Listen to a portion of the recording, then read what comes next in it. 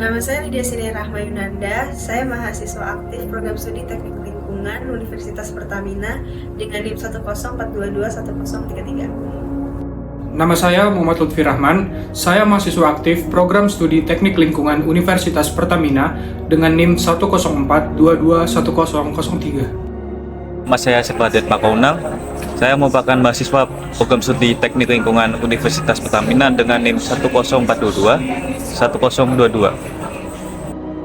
Nama saya Agung Putra Pratama, saya merupakan mahasiswa aktif program studi Teknik Lingkungan Universitas Pertamina dengan NIM 104221027. Nama saya Muhammad Iqbal Kaswefi, saya merupakan salah satu mahasiswa aktif Universitas Pertamina program studi Teknik Lingkungan. NIM saya adalah 104221020. Dalam kesempatan kali ini, izinkan kelompok kami untuk sedikit memaparkan video tentang toksikologi. Video ini kami buat guna memenuhi nilai tugas besar mata kuliah Toksikologi dan Kesehatan Lingkungan. Selamat menyaksikan.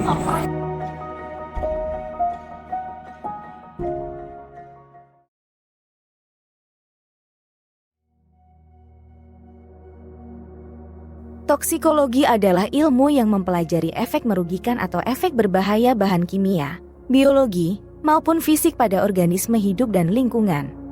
Bahan beracun ini termasuk bahan kimia alami berbahaya yang disebut toksin serta bahan asing yang disebut xenobiotik. Konsep toksikologi terbagi menjadi 3 jenis yaitu toksikologi lingkungan, toksikologi ekonomi, dan toksikologi kehakiman. Toksikologi lingkungan merupakan dampak zat kimia yang berpotensi merugikan dan muncul sebagai polutan lingkungan bagi organisme hidup. Toksikologi ekonomi ialah menguraikan pengaruh berbahaya zat kimia yang sengaja diberikan pada jaringan biologi dengan maksud mendapatkan pengaruh atau efek bermanfaat yang khas seperti obat, pestisida, zat makanan, dan lain-lain. Terakhir, toksikologi kehakiman yaitu toksikologi yang lebih menekankan aspek medis dan hukum dari bahan-bahan berbahaya yang baik secara sengaja maupun tidak sengaja diekspos. Sebanyak 21 balita di Desa Datu Kuning, Kabupaten Hulu Sungai Utara, Kalimantan Selatan, diduga keracunan makanan di acara yang digelar Posyandu Desa Datu Kuning. Mereka kemudian dilarikan ke puskesmas pada malam harinya. Saat para balita mengalami mual disertai muntah-muntah. Diduga keracunan kimia makanan, kata Kepala Dinas Kesehatan, Danu Fotohana kepada wartawan saat kegiatan, petugas Posyandu menyiapkan beberapa menu makanan kepada para balita dan orang tuanya. Di antaranya, nasi kotak dan soto Banjar. Danu menduga para balita keracunan setelah menyantap soto setelah disuapi oleh orang tua masing-masing.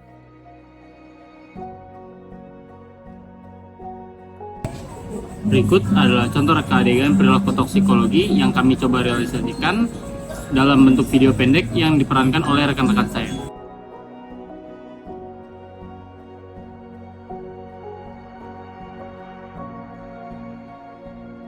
Wadah styrofoam terbuat dari polimer yang berasal dari bahan kimia aditif, di mana zat ini dapat berpindah ke makanan yang dikemas dan berbahaya bagi manusia karena bersifat karsinogenik. Biasanya, bahan styrofoam atau busa plastik ini digunakan sebagai pelindung bahan mudah pecah atau fragile. Seiring berjalannya waktu, styrofoam berubah fungsi menjadi tempat makanan. Selain itu, kandungan zat kimia yang bernama stirena pada styrofoam juga berbahaya bagi kesehatan. Bila zat stirena masuk ke dalam tubuh manusia akan menjadi racun dan menyebabkan gangguan pada endokrin dan sistem reproduksi. Paparan zat kimia styrofoam ini dibagi menjadi tingkat sedang dan tinggi. Pada paparan sedang, jumlah zat kimia dari styrofoam yang masuk ke tubuh hanya menimbulkan sedikit efek samping seperti iritasi kulit dan mata serta sistem pernapasan, sedangkan tingkat keparahan paparan tinggi dapat menyebabkan kerusakan DNA dan kanker.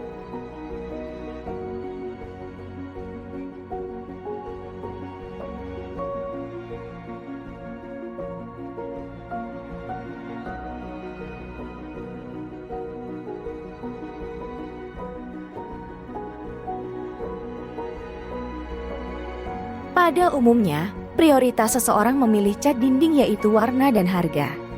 Sedangkan faktor lainnya kurang diperhatikan. Padahal, terdapat kandungan-kandungan berbahaya di balik bau cat dinding yang dapat menimbulkan berbagai masalah kesehatan. VOC atau Volatile Organic Compound merupakan zat berbahaya yang terkandung di dalam cat dinding. Komponen yang sangat mudah menguap pada temperatur suhu tertentu dan menginfeksi udara di dalam ruangan sehingga menjadi beracun dan dapat mengundang penyakit.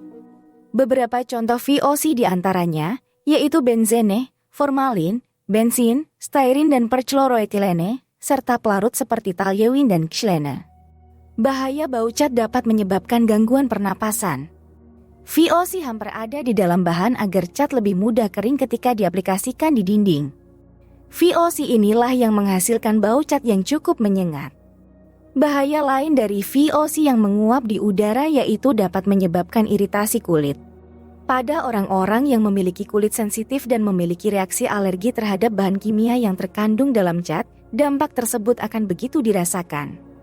Iritasi pada kulit dapat semakin parah apabila cat mengenai langsung pada permukaan kulit. Senyawa yang ada pada cat dapat diserap langsung oleh kulit dan menyebabkan berbagai komplikasi.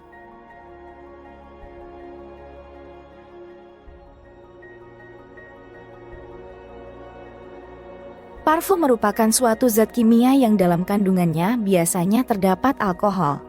Beberapa penelitian bahkan mengungkapkan jika semakin banyak parfum yang Anda semprotkan pada tubuh, maka semakin meningkat pula kadar bahan kimia tubuh yang keluar dalam bentuk air seni.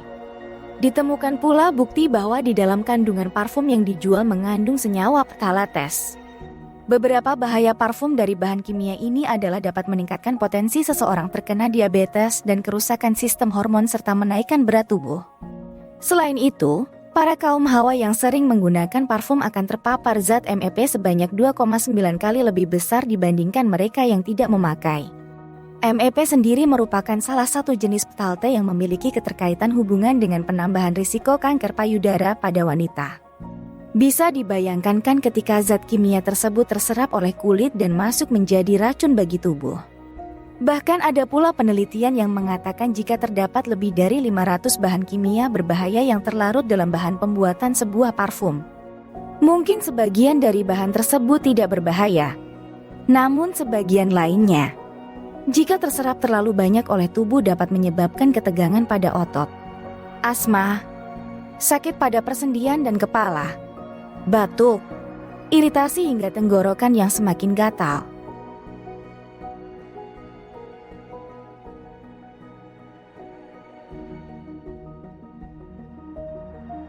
Merokok bisa menjadi pemicu dari beberapa penyakit kronis, seperti stroke, kanker, hingga serangan jantung. Dengan kandungan zat berbahaya di dalamnya, rokok bisa menjadi katalis dari ragam penyakit yang akan muncul. Tak hanya nikotin, terdapat ratusan zat kimia lainnya yang terkandung serta berbahaya di dalam rokok.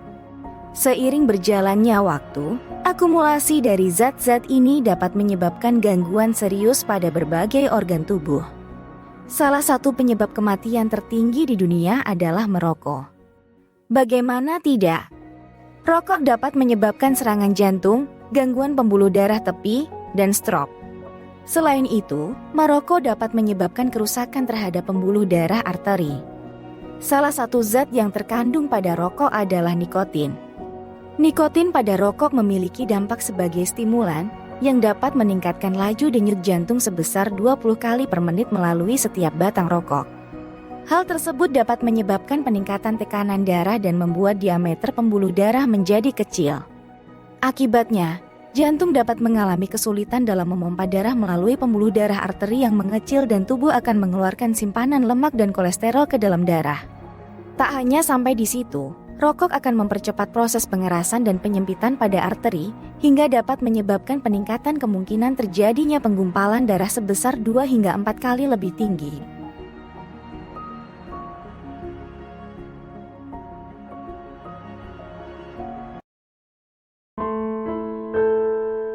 Pada tanggal 1 Oktober 2022, sebuah insiden penghimpitan kerumunan yang fatal terjadi pasca pertandingan sepak bola di Stadion Kanjuruhan, Kabupaten Malang, Jawa Timur.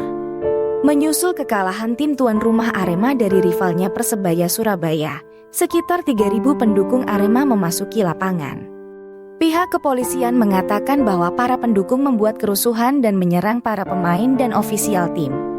Sehingga polisi berusaha melindungi para pemain dan menghentikan kerusuhan tersebut, namun massa justru bentrok dengan aparat keamanan.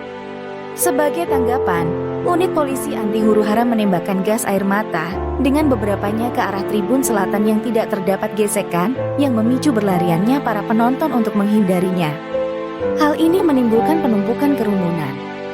Sebuah penyempitan kerumunan terjadi di pintu keluar, menyebabkan sejumlah supporter mengalami asfiksia. Sampai pada tanggal 24 Oktober, tercatat ada sebanyak 135 orang yang tewas dan 583 orang lainnya cedera. Bencana tersebut merupakan bencana paling mematikan kedua dalam sejarah sepak bola di seluruh dunia, setelah tragedi Estadio Nacional 1964 di Peru yang menewaskan 328 orang. Dengan demikian, bencana ini adalah yang paling mematikan di Asia, Indonesia, dan belahan bumi bagian timur. That's exactly what happened 6 months ago during a match in East Java. A tense game between Arema and Persebaya clubs devolved into chaos when the home team lost. As angry fans stormed the field, the military and a special unit of the police called the Mobile Brigade Corps, or BRIMOB, led the charge to shut them down. Police fired more than 40 canisters of tear gas in just 10 minutes, sending supporters scrambling for the exits. But when they got there, some of them were locked. As the tear gas spread, these stairwells became gas chambers.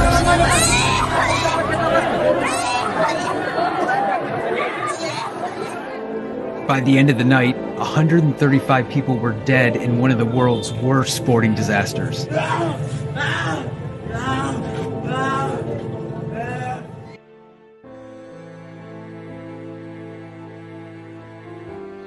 Gas air mata diklasifikasikan sebagai senjata kimia secara internasional dan dilarang penggunaannya di saat perang. Meski namanya gas, tapi gas air mata sesungguhnya berbentuk cairan. Cairan dalam suhu ruangan ini dicampur dengan bahan-bahan lain sehingga berbentuk aerosol.